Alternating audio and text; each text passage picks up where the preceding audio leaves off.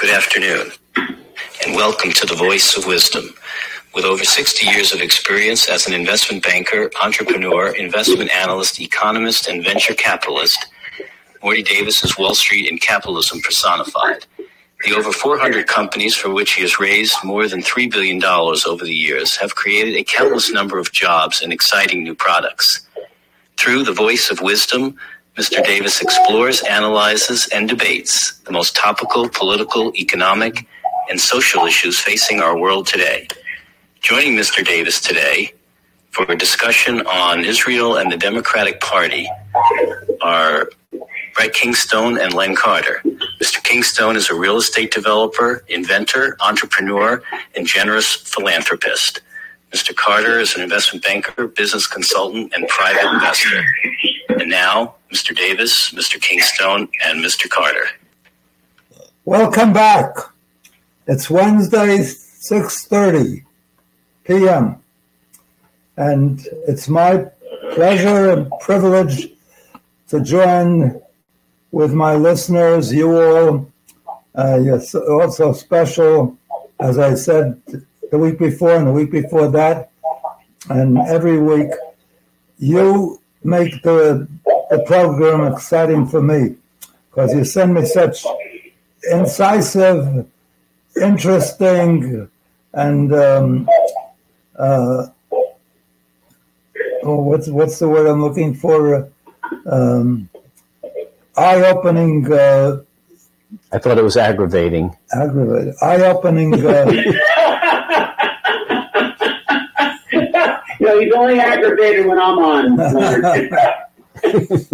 Eye-opening insights. So I would do this program just to hear, not to say a word, just to hear all of you comment and give me your wonderful views and even when you disagree with me. Often when you disagree with me, I look into it and I learn more from your comments than I do from all the other things that I read or research. Anyway, it's great to be back with you as again, it's so thrilling to be involved with such a brilliant audience. I was on radio for years, for many years, as the voice of wisdom. And I never had as many exciting, interesting comments and messages after the program as I have with this audience. So thank you all. I love you. And because I love you, I really do care for you to be happy.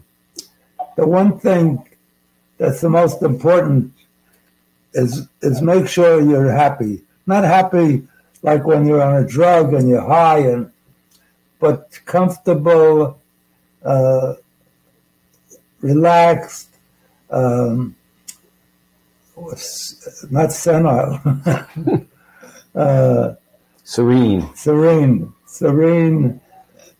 Just and appreciative of your being on this earth and the things you possess. In the Jewish religion, we have one book called the Pirkei Avos, the teachings of our fathers, our forefathers, and our great rabbis, who are all teachers. And one of the things they ask is how to be happy.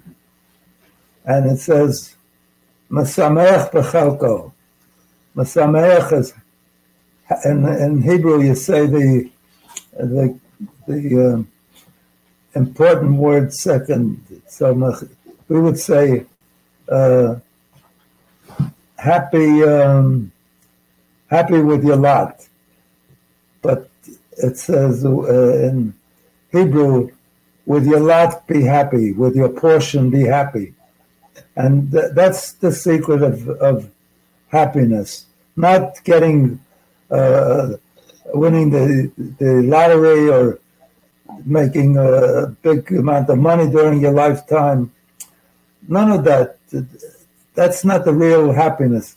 The real happiness is the things that we take almost for granted.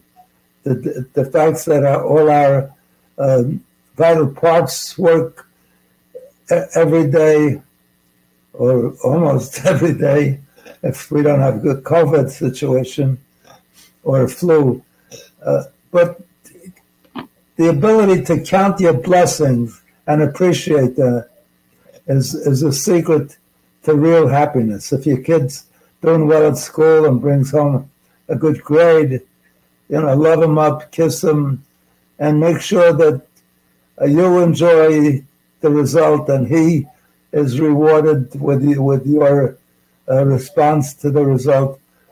All the things that seem simple and don't cost any money. So be happy with your lot, with your portion. That's the secret. And that's easy to do. If you make up your mind, you will be. And as your coach in this program, as your not lecturer, but your guide, your teacher, as I've tried to be in the book that I wrote, Happiness Guaranteed or Your Misery Back, which is 365 pages, one page every day of wisdom, of insights, of suggestions, of guidance on how to make yourself happy.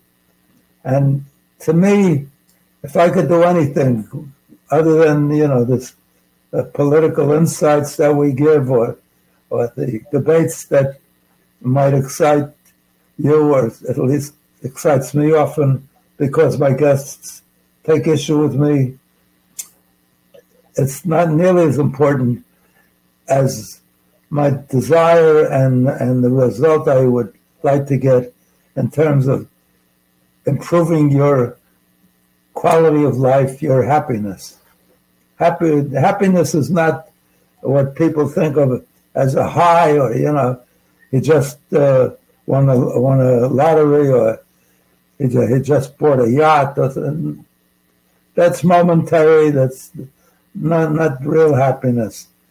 You could be happy for the moment if you do get a new yacht or your own airplane, but afterwards, in that same Pirkei Avos, the teaching of our forefathers, it says the more possessions, the more anxiety. So owning things, getting things. A friend of mine, very successful, a classmate of mine at Harvard Business School. He became head of the World Bank. He became very successful on Wall Street. And he got to the point where, because so many of his contemporaries and classmates bought yachts, he decided to buy a yacht. He hired a captain. He, like me, he bought a captain's hat. And he was just about to... You got the hat, but didn't get the yacht. Right. He was about to launch this exciting experience, his own yacht. And they had something down Lower Manhattan, right off Wall Street, of all the great ships. Ships were invited to come to the Hudson River down at the bottom of Wall Street, under the Verrazano Bridge in Brooklyn, and near the South Ferry, the ferry that takes you to Staten Island.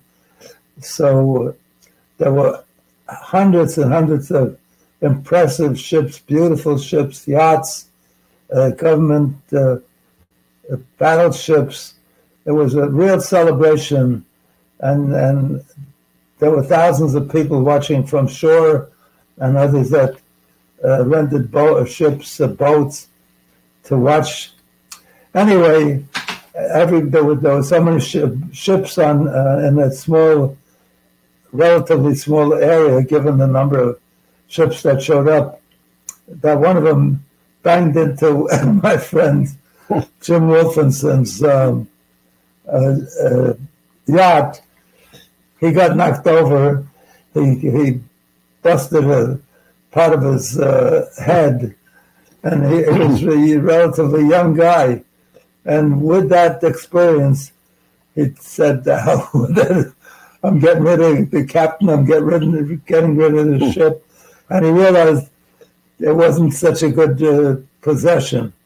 So with every possession, if you own a building and you're the landlord, the tenant calls you up and says, the boiler went off, or some critical segment of his apartment is not working, or he's badgering you for a new paint job that you haven't done for him for years.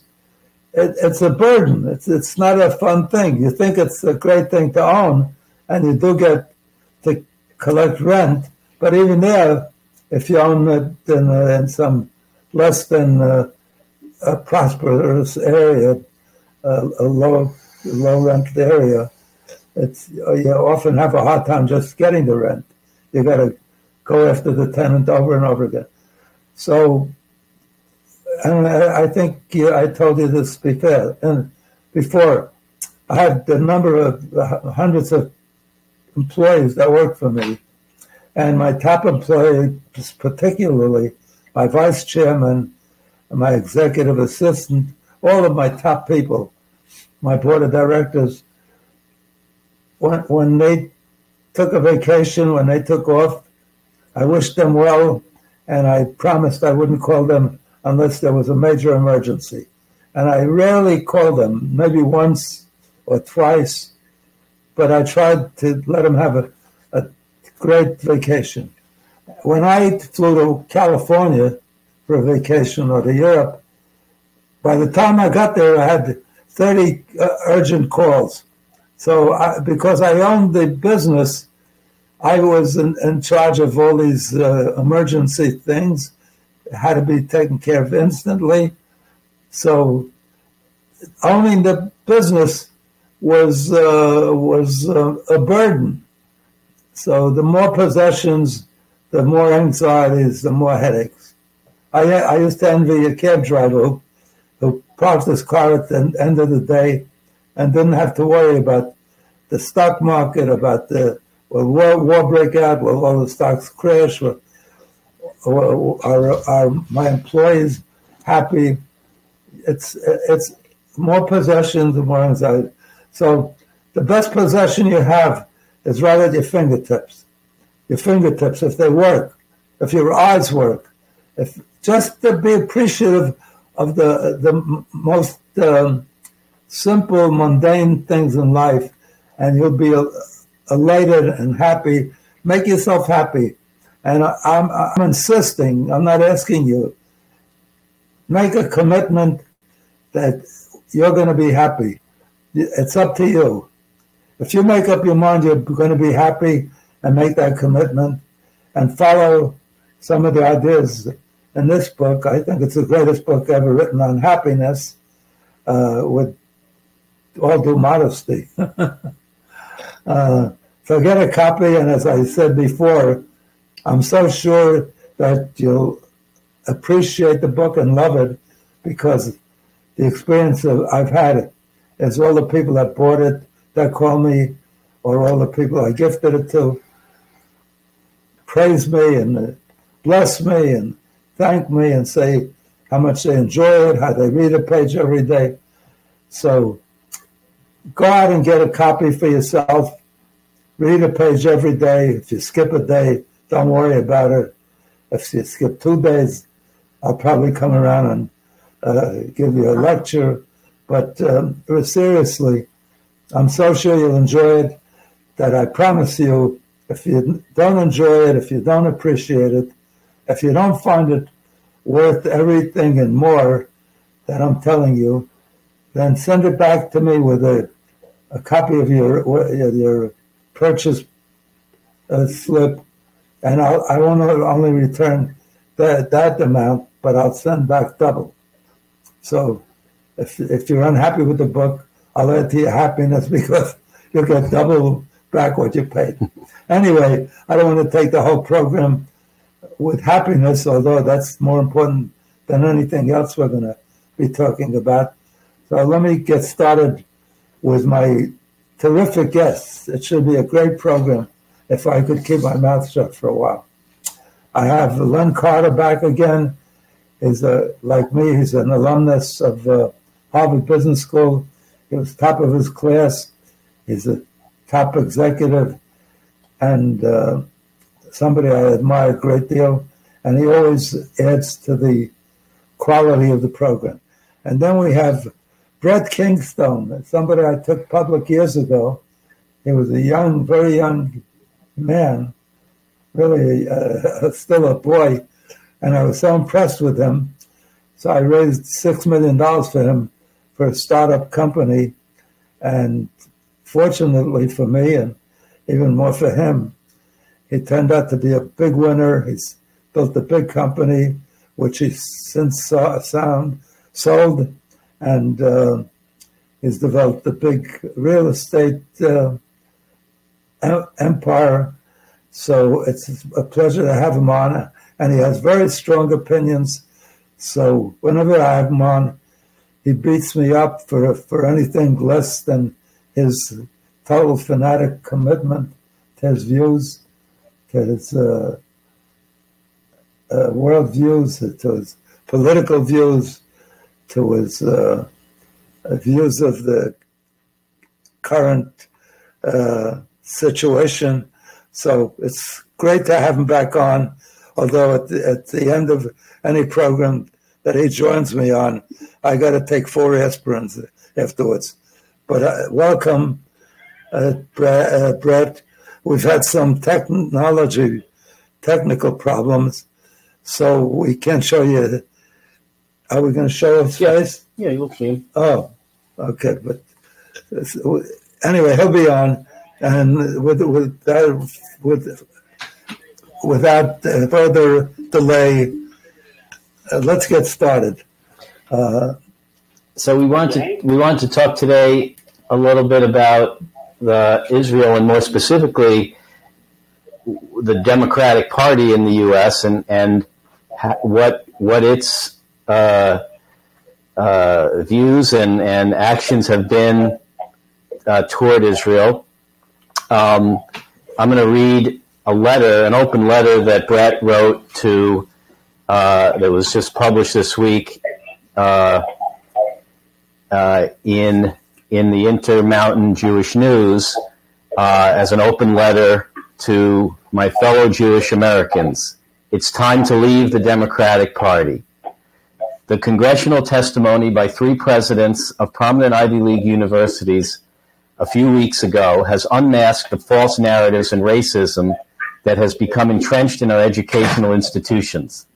Who would have ever believed that people in charge of teaching our children would have a hard time simply stating that calling for the genocide of Jews should qualify as hate speech? In November, Democrats in the Senate blocked and unanimously voted down by 51 to 48 a $14.3 billion Israel aid bill passed by the Republican Congress.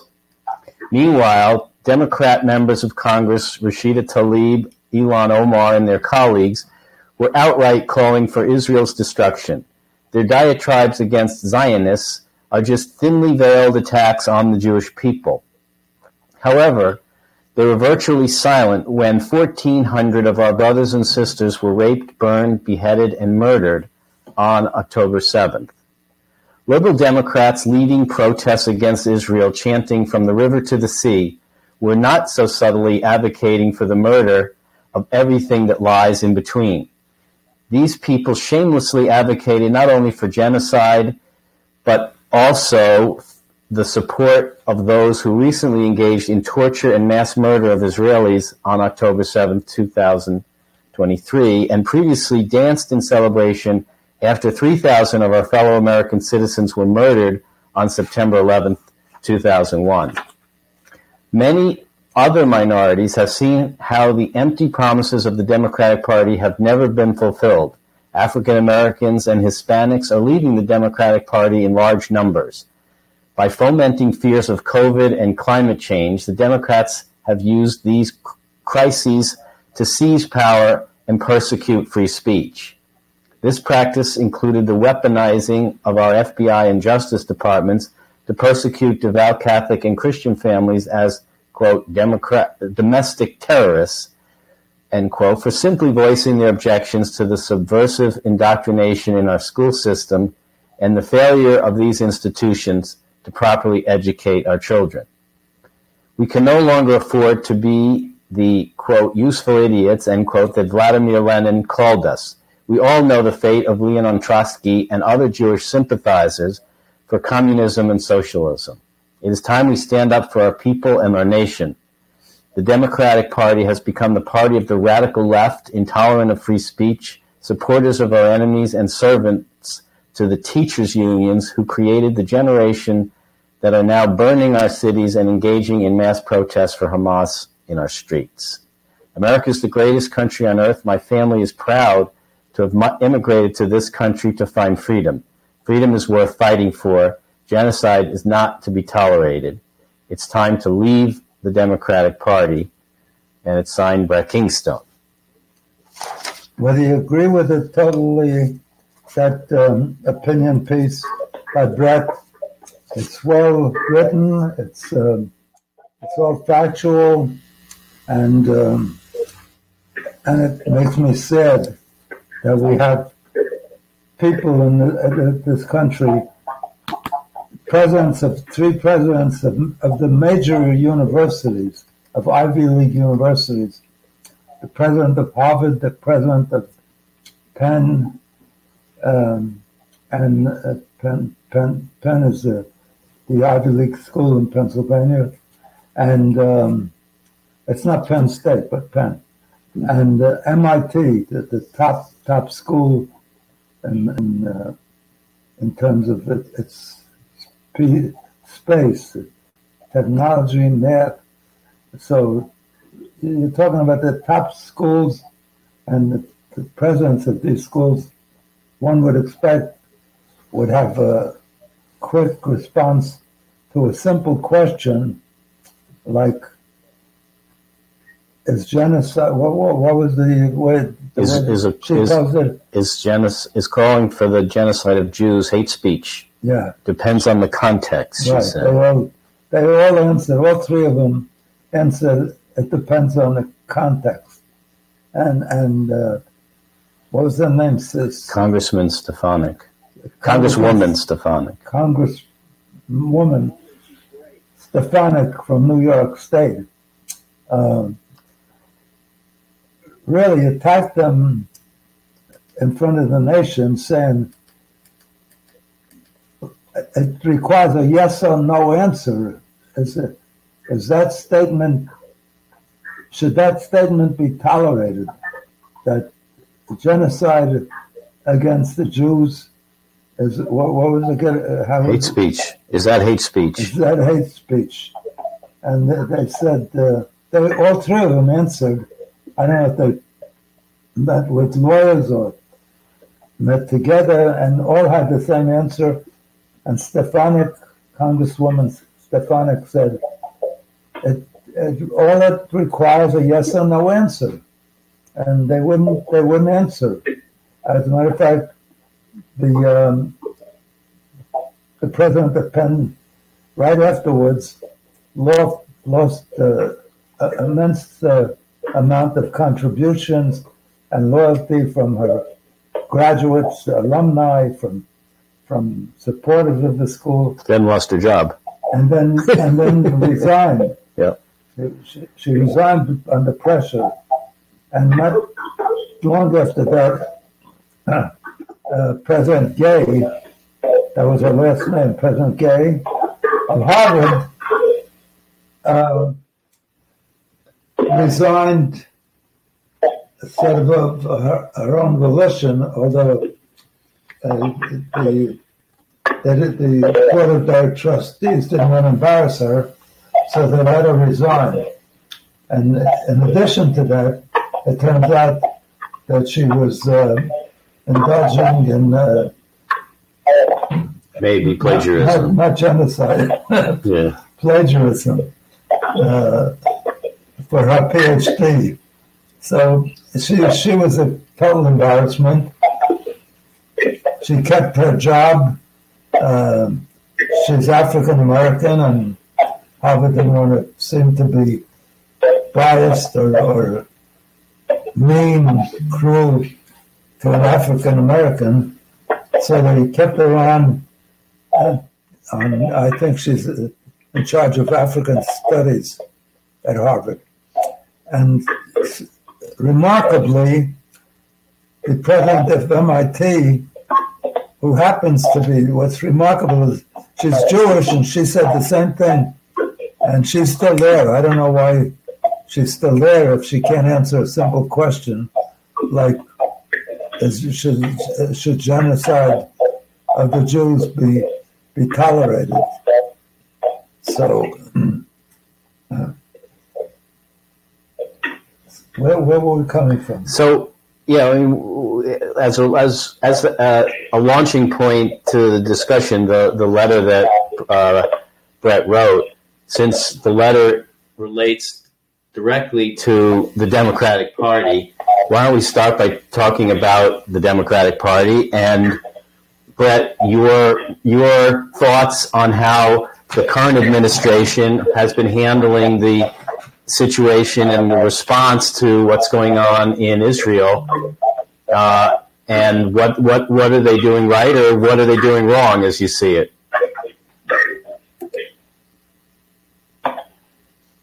So, and you're speaking about obviously Israel, correct? Yeah, I mean, if the premise of your letter is Jews should leave the Democratic Party, in part, is that because of the Democrats' reaction to Israel, the October 7th attack? Okay, so let me just mention a few names here. Rashida Tlaib, Ilham Omar, Corey Bush, and that crazy guy who pulled the fire alarm, Jamal, Congressman, can't remember his last name. They're virulent anti-Semites. They're left-wing progressives, and they have stolen the microphone from the Democratic Party. Much of Joe Biden's backtracking on his initial wonderful actions to immediately come to Israel's aid and stand behind Israel, that backtracking came from the members of the progressive left, names which I've mentioned and several others, who have demonized Israel, have demonized, 87 million people that voted in the election for an opposing president, basically demonized half the population of the United States, calling them MAGA, what have you. I voted for Trump twice. I will vote for him a third time. Okay? I don't consider myself right-wing. I consider myself conservative. I am Jewish. I'm a proud Jewish American. My father fought in World War II. My grandfather fought in World War I. My great-grandfather fought in the Spanish-American War. We had 7 Purple Hearts on our wall from my father, my stepfather, and my other relatives. So I can tell you that it's very clear that the Democrat, and Chuck Schumer said it best, that he felt that the people who was traveling along the road on the same journey are no longer their kinsmen. We feel alone now in the Democratic Party. And Schumer made a brilliant speech. And I don't agree with Schumer on a policy basis, but on that speech that he made, where he doesn't feel that the Democrats in the party are the fellow travelers of the very loyal Jewish Democrats that have been supporting the party tremendously, not only by their vote, but by their donations to the Democratic Party elections. I think it's time we leave. We've been betrayed by the Democratic Party, not just as Jewish Americans, but also as Americans. Look what they are doing with allowing millions of people to illegally cross our border. The African American community, who feels they're not getting enough financial support, and they're right, in terms of proper education for their children, proper support for their housing and ability to provide 3 square meals on their tables are looking at $52 million in credit cards being given out by a Democratic mayor with support from the Democratic federal government, instead of taking care of legal citizens who have been here for generations. The illegal aliens are being rewarded for jumping our fence and crossing our border illegally. If the Democratic Party cares more about illegal immigrants than they care about American citizens. And the Hispanics, the African American community, and now the Jewish community, with hearing some of the most virulent anti-Semitic statements ever made from the river to the sea. That means the murder of every Jew in between. Okay? It's time to understand that the best supporters of Israel are the conservative Christian Republicans who stood up for us regularly. And that's my point. You're right. The evangelists are the strongest supporters of, even stronger than the Jewish population, much stronger than the young. I agree with you, Morty. You're right. You're right on that point. So I'm glad on this point you and I agree. And I'll be a little bit more bolder, Morty. My position has moved a little bit further towards yours about how we resolve Gaza. I don't think we can get along with the Gazans ever. I don't think we can afford to ever allow people who would burn our babies, behead our women and our soldiers, ever to live next to us. We gave them Gaza. We removed the Israeli settlers who were growing fruits and vegetables and flowers on that land. I think we ought to line up about 1,000 bulldozers and start at one end of the Gaza and go all the way to the end of the other and take it back. We cannot allow these murderous terrorists back there. And by the way, the majority of the population, 70 to 80%, voted for Hamas. Hamas was very clear on their intention. It was to murder the Jews. So at this point, I think we ought to call Marriott, we ought to call Hilton Hotels, and auction off the land that's on the seafront in Gaza, the hotels for tourists, and build housing for retirees and maybe soldiers who were wounded in the line of duty, and then give back the farmland to the original settlers who were there and say, sorry, we gave you the opportunity, we gave you this land, we forcibly removed our settlers, I'm sorry, you can't live here anymore. And that's my position at this point, Morty. I'm curious about yours. Well, now I see where you're coming from, because you say your belligerency. You say your great-grandfather fought for the United States in the First World War. Your father fought for the United States in the Second World War. Which other war did a member of your family? The Spanish-American War, my great-grandfather. The Spanish-American. And my stepfather, Michael Block, was a World War II bomber pilot. He flew a B-17. He was a bombardier and he was a pilot. So I see where your belligerency comes from. Your family, no matter what, they find somebody to go to war against. No, that's a credit to your family, and you should be proud of that. Well, we went to war against the Nazis, Marty, and we were given no choice in that war. Same thing with World War I. We were given no choice in that war. The Germans were running through France and Italy at that time. It was a war we had to fight, and unfortunately, Morty, what we see now from Hamas is even worse than the worst of what Hitler did during World War II. In the First World War, it's interesting that Jews were important members of the German army.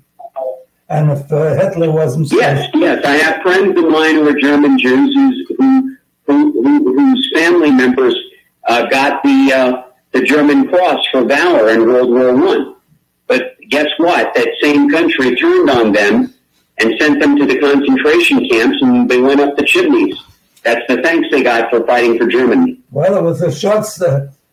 Hitler was great at painting the leadership, the dictatorship of the country, but he was totally stupid in wasting all his energy, his resources, and his personnel, his military personnel, to find all the Jews, to go to concentration camps and gas them, put them in showers that they thought they were getting a shower, and meanwhile they released poison gas and killed them.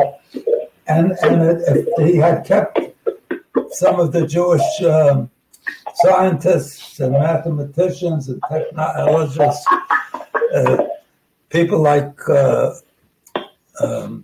Einstein, and who's the recent movie made? Oppenheimer.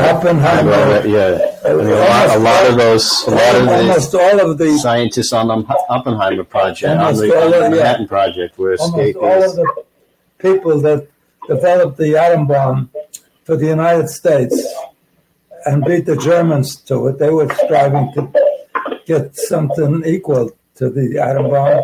If he had kept them on and developed, thankfully he didn't keep them on, but if they had developed those weapons of mass destruction and total devastation, he'd have won the Second World War, and we'd all be speaking German today.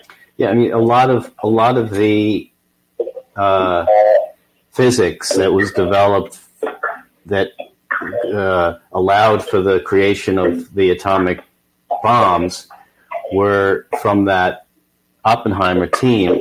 Hitler didn't like that modern physics that was developed, called it Jewish physics, Jewish science, and so his team in Germany went a different way, and they think that that's one of the reasons why Germany was delayed in coming up with an atomic bomb, because he refused to embrace that physics that the Americans, led by a lot of Jewish scientists, were developing. So his own anti-Semitism caused his own failure to achieve that. And on Brett's views, you have to say that as a consequence of October 7th, where the Hamas attacked people that were having a musical event, celebrating a musical event on a Saturday, and they killed 1,400 people and not only raped young women and even older women, and destroyed their private parts, shot them in the vagina or whatever, and it cut off the heads of babies.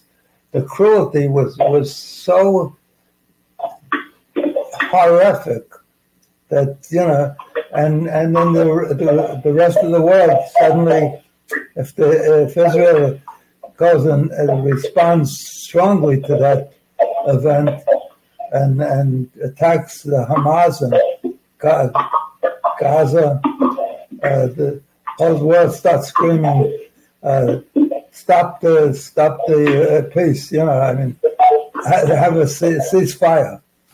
They've never done it for any other, to my knowledge, to any other country that was at war. Insist you ceasefire. And they keep focusing on how many people, civilians, are getting killed by the IDF, the Israeli Defense Forces, and how wrong it is. But it's only with Israel that they do that, because they're saying, look, they only killed, Hamas only killed 1,400 people, and the Israelis have already killed 7,000 people, including more than that, 25,000. 25,000, including women and children, and mostly because they don't even allow the civilians to leave. Israel's the only nation in the world that I'm aware of that warns the people to get out of the houses that they intend to bomb, the communities they intended to attack, and it's just outrageous.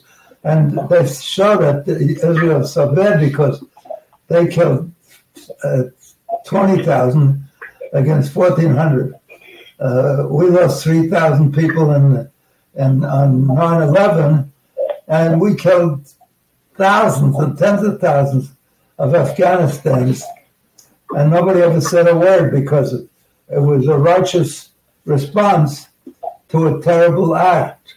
And in the Second World War, we used an atom bomb against Japan, Hiroshima and Nagasaki, two cities in Japan, where we killed 100,000, and all civilians. I don't know if there were any military people. There might have been some at home on leave or something.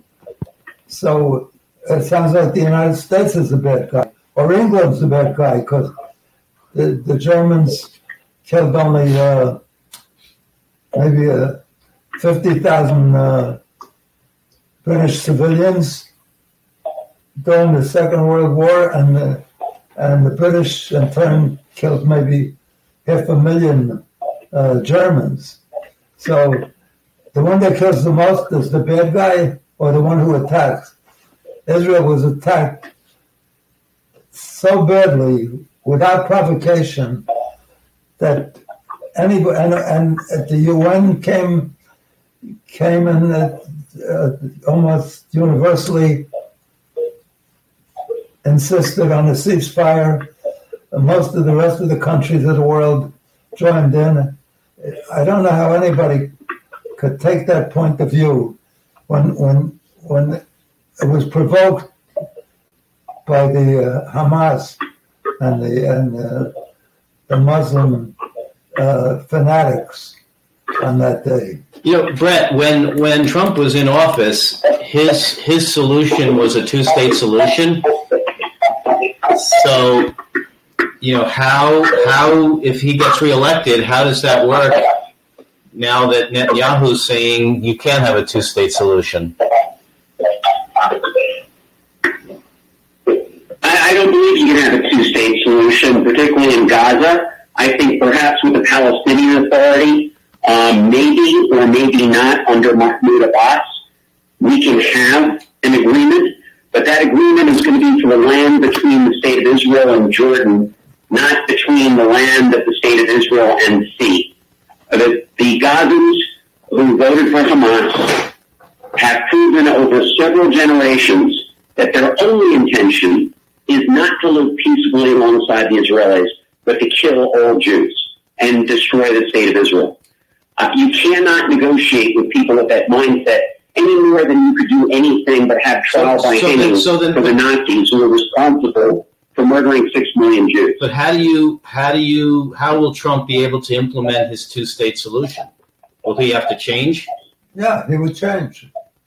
It would, yeah. And I'll tell you something. Trump has been the best friend of Israel that Israel's ever had. And I can tell you, as being a co-chairman of the U.S. Navy SEAL Foundation and also a major contributor to the Atalef, which is the Israeli Navy SEAL Foundation, I've spoken to commanders on bases all over Israel. I have spoken to the Samchanim, the paratroopers, commanders from the Army, the Kafir Marine Corps Brigade, the Eitam Battalion, every one of them. When Donald Trump moved the embassy from Tel Aviv to Jerusalem and kept the promise that 7 presidents before him never kept, they said, Donald Trump is the best president Israel ever had. And I agree with that. And I think Morty's right.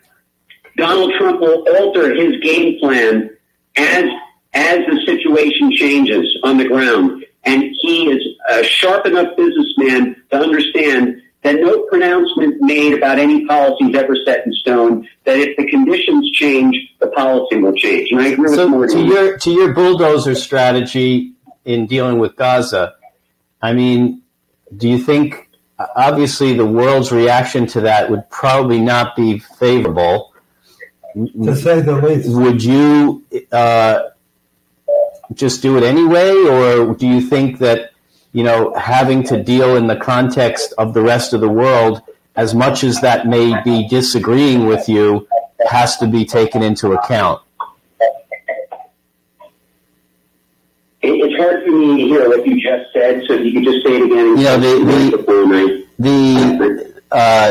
With respect to your bulldozer Gaza strategy, it's not likely that the rest of the world would agree with that. I get that. So, Leonard, do you just do it? Do you just do it anyway? Stop doing what the rest of the world requires.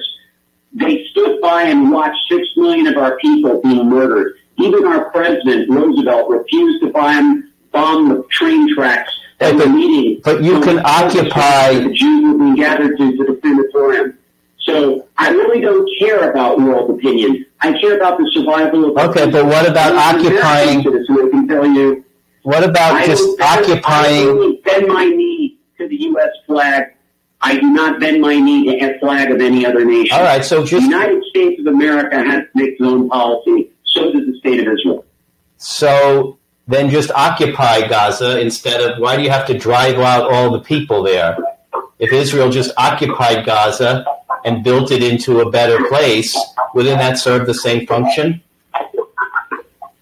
No. Because I think... You have the Gazans there, they will use every dime they can collect to build terror tunnels for future attacks and murder on Israeli citizens. I think driving... You do not occupy Gaza. Gaza becomes part of Israel, and Israelis settle Gaza. You should not ever have to have an occupation by armed Israeli soldiers in any part of the land of Israel. It should all belong to Israeli citizens. Where do the 2 million Gazans go? Into Egypt? You bulldoze them into Egypt? You had close to that many number of Jews in the Arab countries having to leave their homes. That's not. And where did they go? They went to the state of Israel. So that's not the question. They can go to the Arab nations that are surrounding Israel. And if they don't take them, citizens there. They don't want them. Correct. So then what happens? Well, they don't want them for the same reason the Israelis don't want them. Exactly. They engage in terrorism and murder. That's exactly the point. So what do? They will have to petition to apply to other countries. But it won't take them. It's going to be difficult. But you know what? Bad behavior and bad actions have consequences.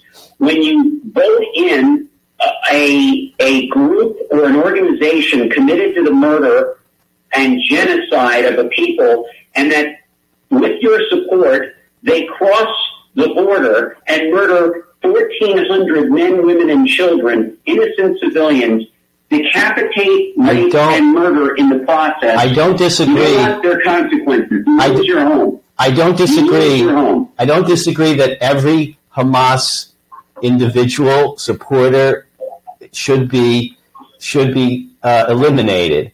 But I'm just saying, in the context of the real world, okay, it's very easy to say, well, just displace all the Gazans. It's very easy to say that, but it's much harder to do it in the real world. They can do it if the UN. They can do it 10 times in history, dating back to Egypt, where we were all taken prisoner and were slaves to the Pharaoh in Egypt, and then immigrated and found our new nation and home of Israel. Right, because Israel took them. By the Nazis, we were displaced by the Russians, and the Arab countries uniformly, universally expelled all their citizens. Hold on. Diaspora by the Queen of Spain. So you know what? We've suffered this, and we survived. They will now have to deal with making arrangements to relocate because they were given the opportunity to live peacefully side by side, and they chose not to. All right, Morty says there's a UN angle. Of their actions. All right, let me hear what Morty has to say, because he says you can find destination locations with the UN somehow. No, the world should make a commitment, just like the Jews were kicked out of they were there for years and years, for millennia. Israel took them.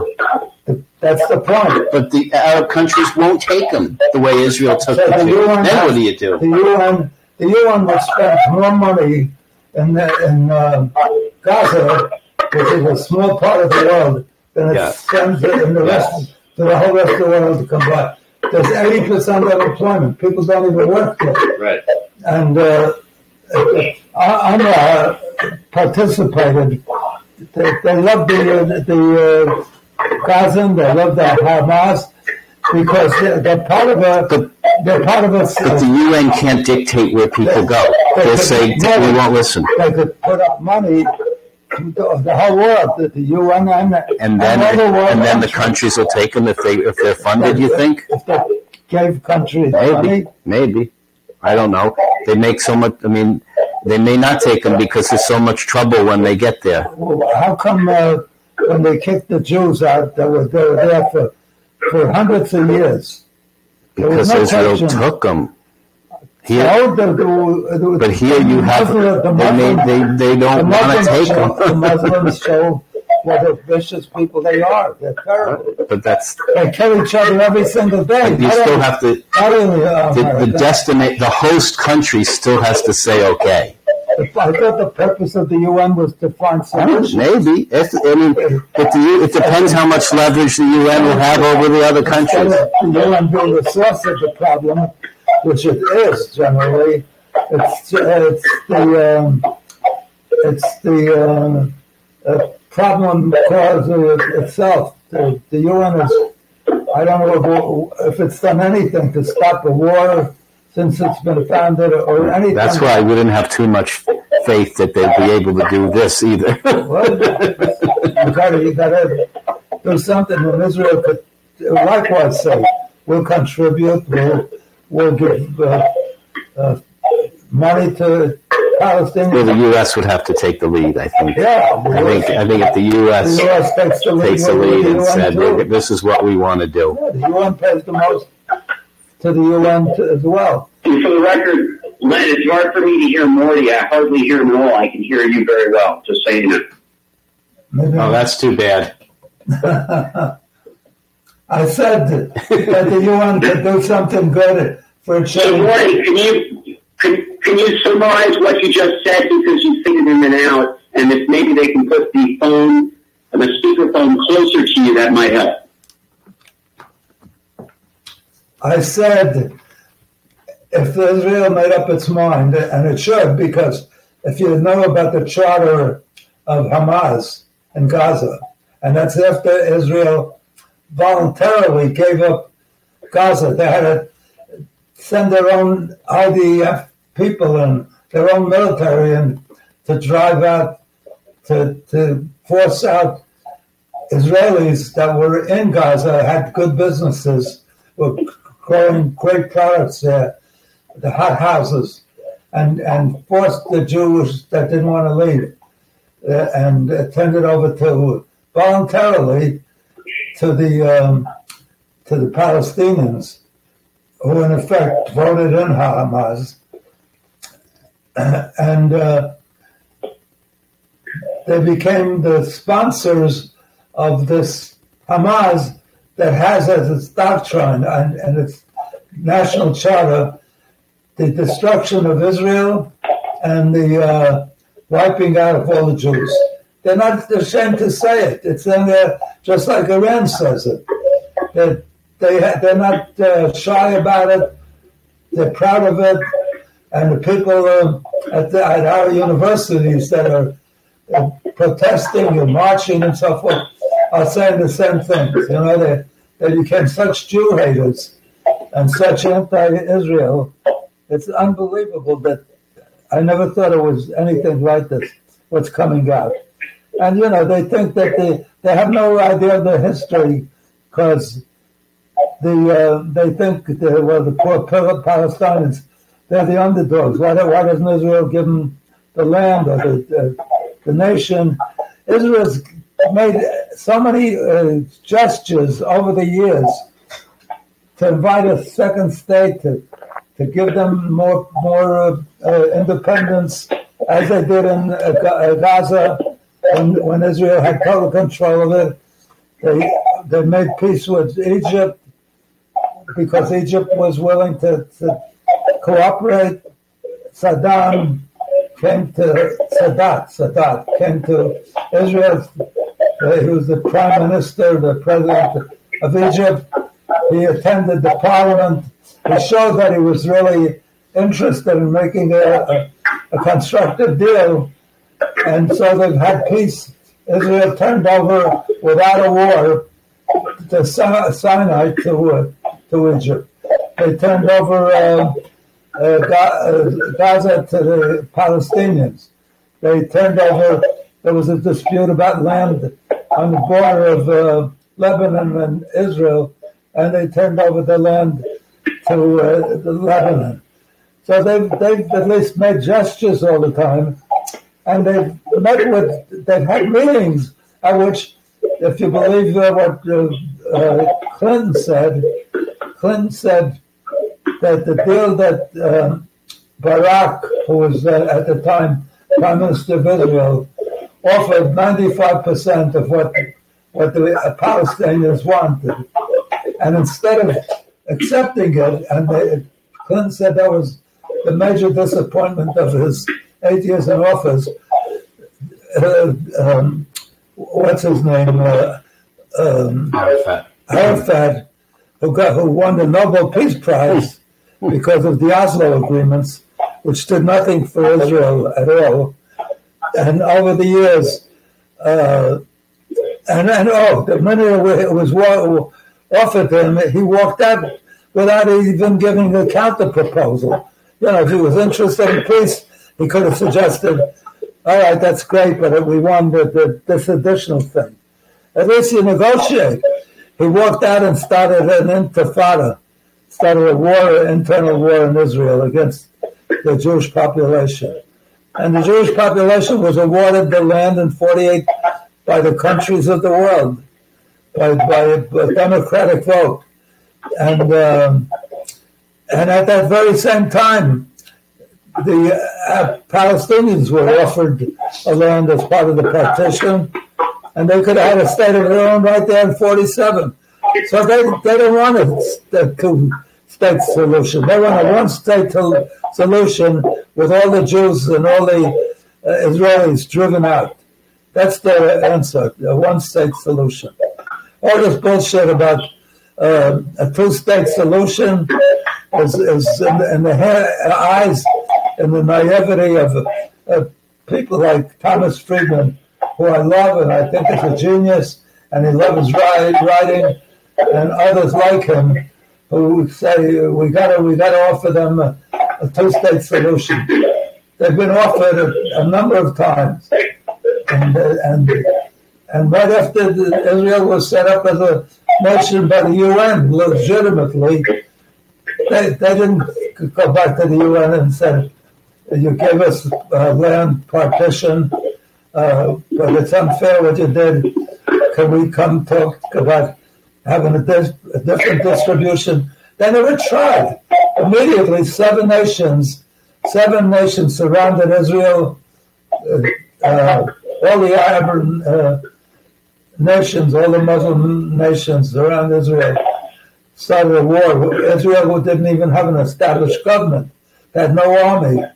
And those seven nations said to their Palestinian occupants of what is now Israel, just leave. We'll beat the Israelis in a week or two because it has no army, and we have seven countries attacking the Israelis. And many of them left thinking they'll come back and get not only their own land back, but all of the Israeli land back. And there was one group, a large group that went to Lebanon. Lebanon let them in, but they've never let them, in all these years, have never let them integrate into Lebanon. There's still a camp that they set up in 1948. That's a camp just for the Palestinians, and they don't have the rights that the Arabs and the Palestinians have in Israel to vote, to participate, to be members of the parliament. The Arabs and the Palestinians, and notwithstanding the view of so many of these young people at college, the Palestinians in Israel have a better, higher quality of life, much better education than any other Arab country. The women certainly have a better treatment. They're not abused like they are in Arab countries. So it's outrageous. It just, the world doesn't understand. And it's remarkable that not one Arab country, one Muslim country wants to take in their fellow worshippers, their fellow religionists, their fellow Muslims, their fellow Arabs. It's unbelievable. The Jewish people, with a small country like Israel, over 1 million people were thrown out of these countries like Persia. Persia is today Iran. Much of the Jewish commentaries, part of the Bible today, were developed in Persia, and they had a large Jewish population in Iraq and just about every country. Syria, a lot of Syrian Jews, Lebanon, and when they were kicked out, even though they were mistreated while they were there because they couldn't have synagogues and they couldn't have Bibles, and they were sort of abused and treated anti-Semitically during those times. But they stayed. They loved the country, and Israel took them, 1 million of them. When the Soviet Union broke up, Israel took in over 1 million Russians that wanted to escape Russia at the time, and they took in Ethiopians. So when people say it's an apartheid state, the Ethiopians were overwhelmingly African American, blacks. So I don't know how you could take the view that these young people marching on the campuses and beating up young Jews on campus, how they could take the view. It's because they have no knowledge of the history of the fact that the Palestinians could have had a state 10 times over. They don't want a state. They want none of those Arab countries even have Israel as a country on their maps.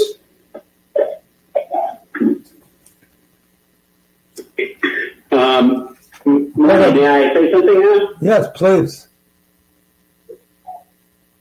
So I just want to go on record, although, yes, my approach seems fairly hawkish, and it is, as it relates to Gaza, that I was fortunate, and I sincerely mean this, fortunate enough to live next door for 15 years to a Muslim Palestinian family from the West Bank. Their name was Mahmoud al-Assar, his wife Asma, his sons Haitham, Ramis, his daughters Feiruz, and a wonderful family. And forgive me that I can't remember all the names of the daughters, but Feiruz and I remain very good friends to this date, as I am with Ramis, the oldest son. They are a wonderful family. My children and I, when Max and Victoria were from 2 to 3 years old all the way up to their teens, would regularly go over their house for dinner and eat the Palestinian meal upside down, which is rice and chicken in a plate they turn upside down in a big platter and everybody shares. They were invited to Passover seders at my home. They attended my son's bar mitzvah. They attended my daughter's bat mitzvah. They are wonderful people, well educated. He has 3 doctors, engineers. Ramis was a senior executive in the World Bank. They're wonderful people, well educated. But then you have the people in Gaza who the school books for their children show Jews with horns on their head, fangs in their mouth, and blood dripping from their mouth. They are told they need to kill all the Jews. So I do have hope for peace in the West Bank. I do have hope for the peace and creating a state that perhaps the Gazans will all move to, the ones that are not actually attacked by the Israeli armed forces if they were a member of Hamas. But if there are innocent Gazans still interested in living side by side peacefully with Israel, perhaps we enlarge the territory of the West Bank and make that the state. But you cannot have people living beside you whose only mission in life is the dedication to the extermination of the Jewish people and the Jewish state. It's not possible. And again, I do have hope for peace with the Palestinians, but I think it has to be a Palestinian state under the Palestinian administration or another group of hopefully well-educated, worldly people who will think about how to make the lives of their families prosper through peace rather than plunge them into degradation from war. That's my final word on that. You know, just like I said, there are good Muslims. There are good Muslims. But so far we find few and far between because none of them step up and support the righteousness of the position of Israel vis-a-vis the Palestinians that were given numerous opportunities. One of the political leaders said of the Palestinians, they never miss an opportunity to miss an opportunity. In other words, they've had many opportunities to make peace and to get a state, and they just don't want it. So how are you going to do anything about it? So just like there are good Muslims, I don't want you to say the Democratic Party is terrible, because there are very good Democrats. In fact, Biden has done an excellent job with the economy, much better than Trump. Oh, my God, Morty, you must not have been buying eggs and filling your car with gas lately. Please don't say that. That's not true. Cut that out. Biden has done a terrible job. Cut that out. He's the worst president we've ever had. He can't even put two sentences together. He falls down all the time. He is not mentally competent to lead.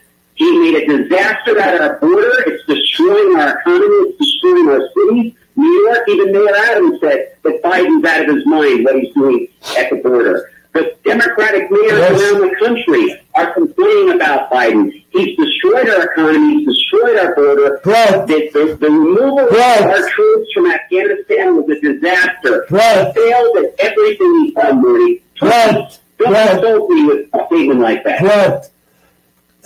You're showing your extremism and your failure to be considerate. Listen. I love you, Morty, but you're showing you're not. I don't care if you love me. I want to tell you. The economy has. I still love you, Morty, but you're wrong. Sorry. The economy, the facts. You need to vote for Trump. The facts are. You're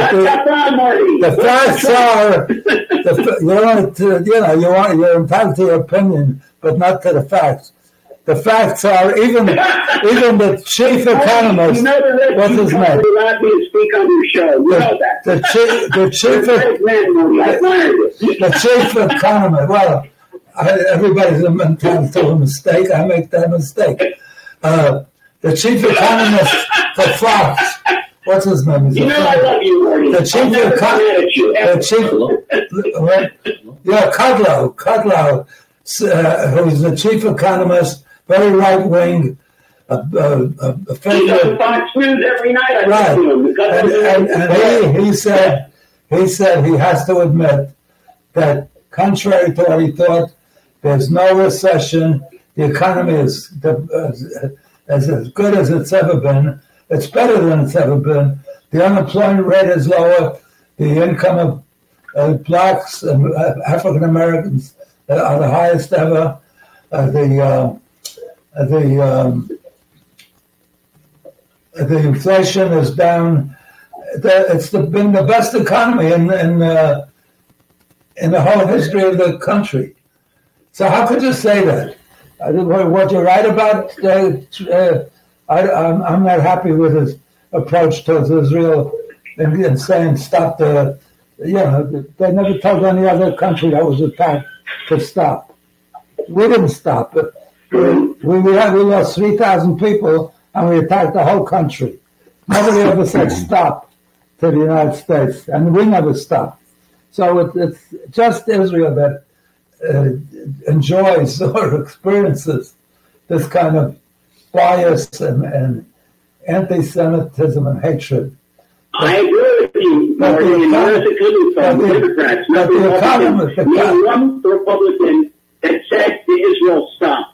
I can name dozens of Democrats, if not all of them, who said Israel should stop. You don't stop when somebody's trying to kill your family. Okay, but don't say all Democrats are bad. Just like not all Jews are good. The ones in Washington are, Morty, the best thing Al-Qaeda could have done for us on September 11th was bomb the Congress, not the World Trade Center.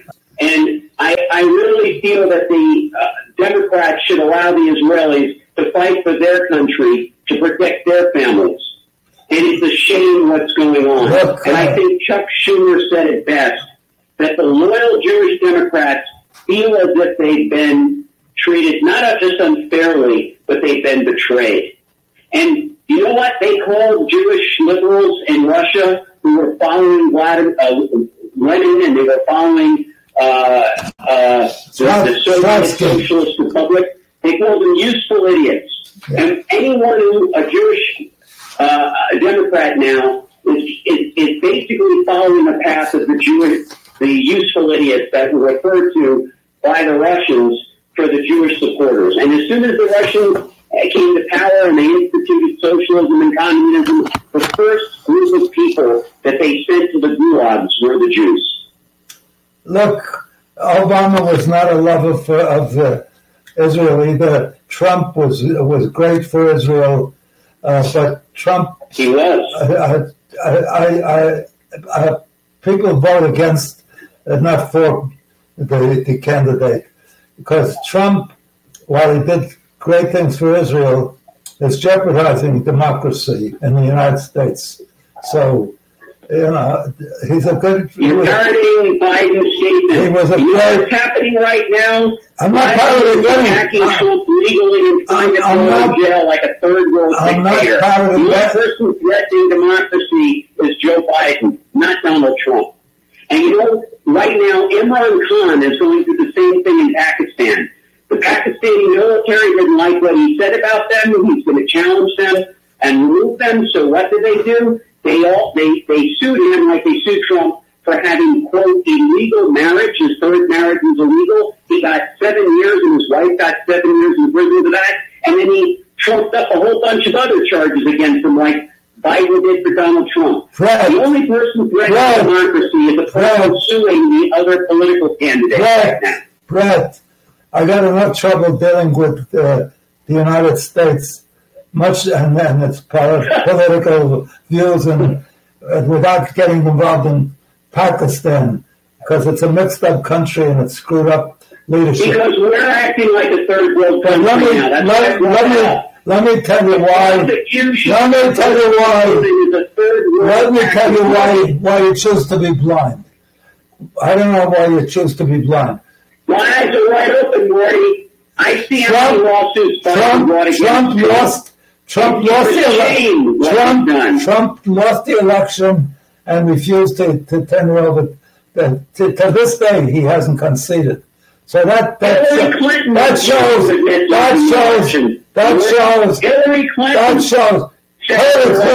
Hillary Clinton cooperated to tender it over to Obama. If a Democrat says they lose the election, it's okay. But if a Republican says they didn't lose the election, it's not okay. It's hypocrisy, Morty. It's hypocrisy.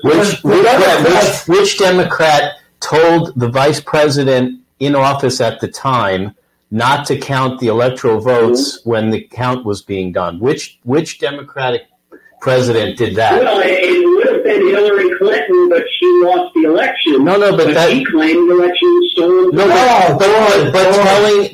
But that's not my question. What would have or could have? She wasn't the president. When the president directs the vice president to not carry out his constitutional duties, that's not right. So you tell me a Democratic president who did that. It's not right. I'll agree with you on one specific term. It's not right if there wasn't voter fraud. There was no voter fraud. But there was no evidence of voter fraud. You obviously didn't see the videos on CNN. NBC. The Republicans driving cars, ballots, for nursing homes and health care. Brett, the fact is that the Republicans took it to 61 courts. Most of them were run by judges that were appointed by Trump, and not one of them looked into it and stayed neutral. 60 of them said there's no evidence of any fraud. They've already declared in counties in Arizona and counties in Georgia that there was fraud, and now you have the Give me a break. Suing Trump, paid money and paid it to a boyfriend to litigate. This is the biggest list of hypocrisy and corruption I've ever seen in any election. Give me a break. You're bringing up irrelevancy that the district attorney had sex with a guy. There's been no negative consequences from that relationship. So that's bullshit to bring up she had sex with her. It's irrelevant. But honestly, I think Fannie Willis is going to go to jail for what she's done. I think the charges will be dropped against Donald Trump, as will the case. She's never going to go to jail. Millions of dollars. She's never going to go to jail. Litigated case against the president. She's never. People that are hungry. She's never. No place to go. She's never going to go to jail. Citizens that have no place to sleep. Okay. God bless you. Of Georgia. God bless you. I don't want to cut you off. Topics for another show. Our time is up. God bless you. And try to look at the facts sometimes. I don't know. Show me. I'd like to see one fact that you show me that something went wrong. That they manipulated the election. He won by the biggest margin ever. Biden, the biggest margin ever. So Trump says, "Well, I got 807. I got 107." The biggest margin election in U.S. history. The biggest margin. You know that's not true. It is the biggest margin ever. 175 million. That's not true, Morty. They were much. This was not a landslide victory. It was a very close vote. What close vote? He got the largest vote ever. There was in many states where he won by less than 15,000 votes. It doesn't matter. It doesn't matter. Look at the result. It doesn't matter. He won. Are you talking about the number of actual voters or the electoral college? No, the number of electoral number of voters. Both. It was decisive on a popular vote, and it was decisive on an electoral vote. Not by the biggest margin ever. That may be true, it was not. You know that's not true. I don't know if it was the largest electoral vote. I'm not dealing with the electoral vote. The Republicans haven't won a majority of the popular vote. Only once. Donald Trump will win this election. He's going to be your next president, Marty. All right. You need to prepare yourself. I hope I'm wrong. And you know what? I hope I'm wrong. I hope we still have it. Brett, I'm on your citizens ever had. Brett, I'm on your side. I hope I'm wrong because I want to see America continue to have a democracy, but it won't. He says every day I'm going to be a dictator. I'm going to do this. I'm going to do that. He said it in jest. No, jest. How do you know it's jest? Joking and demonstrating. Hey, yes. Look, that's I have guns, but I love this country, and I don't know how to defend it. I just want to protect from New York. 1,500 miles. 1,500. No, that's more than that. It's 2,000 across the country, and it's about how far is New York from Colorado? 1,500 miles. Yeah, and listen, Morty, I've offered you my... How far? Wait, how far? You want to how far? First class Wait. Fly to Colorado. Stop getting... You how to shoot. Stop getting off the subject. Stay with me here at my ranch. Stop. If you want to shoot. Put the gun to your head. Don't teach me how to shoot. Let your kids. You dancing girls. Let your kids. That's the best offer I had in a long time. Let your kids play with the guns. But I want to tell you. Did you notice that I don't invite you to do the show live? It's not safe. You don't let children play with guns. When they're teenagers and they're ready to learn, teach them how to shoot. If you have them in your house, they're going to play with them. At least not until they're out of elementary school. Wait. I want to... Okay, I want to tell them. Oh, why we don't have them live? Did you notice? Tickets, Morty. Good. Let me get a word in edgewise. You ready? Go ahead. I'm listening. Did you notice that I never invited you to appear live on the show? I only did it with you 3,000 miles away. Okay, I'll fly to New York. I won't invite you. I won't give you my address. Leonard will set it up. I won't give you my address. You're too dangerous. Yeah. Don't do it on the air, Morty. You can send it to me by email, okay? Don't do it on the air. All right. All right? What I say to that, Morty, in Hebrew is Hineni Mukan. Here I am, and I'm ready. I'll do it. Okay. All right, there's one thing I agree with you. I hope that when Trump wins, if he wins, that he maintains the democracy. Yeah. But I want to ask you one question. He will. There's the last question I'm going to ask you. When he asked Pence to go in, when he asked Pence, his vice president, who was the most loyal guy in 4 years, he never said one negative thing about Trump. He never disregarded or voted against anything. That he was 100%, 1,000% backer of Trump. And then he said he consulted with his advisors, and they told him you can't do it. The Constitution says you got to deliver. That's the only role you have. You got to deliver the electoral votes to Congress. Trump said, "Don't do it," and he was encouraging the protesters, the tourists. He turns the word terrorists into tourists. He encouraged the terrorists that to go after Pence, because Pence is the one that caused the Biden to get the presidency. How could you say that a guy that doesn't adhere to the Constitution, if he swears that he's going to abide by the Constitution, that he's not a dictator? That's the end of democracy. So are you ready for my answer, Morty? Yeah. Am I allowed to answer that now? Please do. Okay. Number one, first statement is an absolute that applies to anyone, whether it's Trump or anyone else. What? I do believe that... What statement? What statement? I'm going to answer your question, Morty, but you have to allow me. No, but you have to say what? When you say that everybody... I'm ready to answer. No, but you can't make statements. You can't make assert statements that everybody does it. What does everybody do? What does everybody do? Morty, I'm trying to answer your question. Go ahead. Can I speak? Yes. The process of an answer is you allow me to speak. Okay. All right. Mike Pence was right to authorize the election based on the Constitution.